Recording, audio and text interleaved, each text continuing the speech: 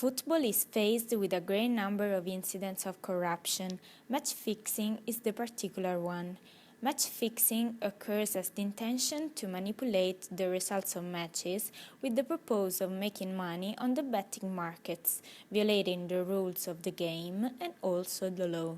First thing to say is we don't know exactly how prevalent match fixing is in football, but we do know that in nearly every country there's been some incident either of match fixing or match manipulation or some other breach of integrity of the betting rules, for example. In 2012, Mr.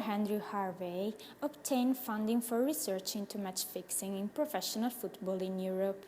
The project, called Don't Fix It, was focused on the prevention of match-fixing episodes through the education of sports stakeholders. I think, if I recall rightly, the Greece results were very interesting, where it was quite clear that I think over 60% of players said that they thought they'd been involved, or they thought they'd known of a match that had been fixed over the last 2 years.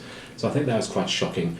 The project was not only funded by the European Commission Sports Unit, but also led by FIFPro, the World Professional Footballers Union, and co-funded by UEFA, the European governing body of football, and supported by Birkbeck University of London. The results covered many points. For example, that it's better to develop solutions at local level. At the local level, obviously I think it's very important to understand precisely what are the main drivers behind match fixing. In some places, such as in Eastern Europe, we know, for example, that professional players, particularly in football, they may not have contracts of employment. Sometimes they're not even paid on time. Sometimes they're not even paid at all. So, and the owners of clubs or the managers of clubs can often maybe involved with criminal organisations. So I think you need to be very aware that every situation, every country has a slightly different profile. But some steps forward has been made. I think that all the associations are now taking the issue more seriously. We found in the research, for example, that players very much thought that the best people to provide education would be things like people like the players' associations, people they trusted, maybe former players, maybe someone who they knew or someone who they looked up to. Also in Italy, since the Calciopoli affair, one of the football's biggest match-fixing scandals.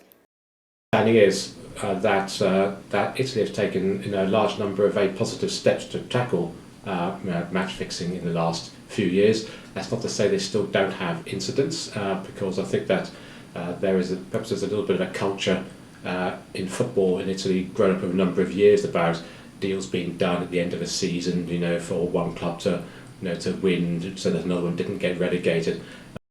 Match fixing in football has become a global challenge, and after the past years of investigations, everyone is taking that more seriously.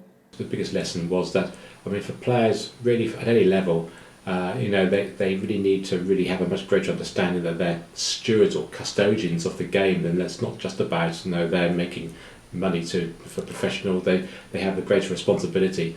And I think that came across from some of the players who said they'd been approached, they got involved, they now regretted that they really felt that they let themselves down, they let their families down, they let their clubs down, they'd let the game down. And I think that really came across, the realisation that it's not something just to be light-hearted about. It's a very serious issue, and I think that they really regretted ever getting involved. The hope for the future is to succeed in protecting our game.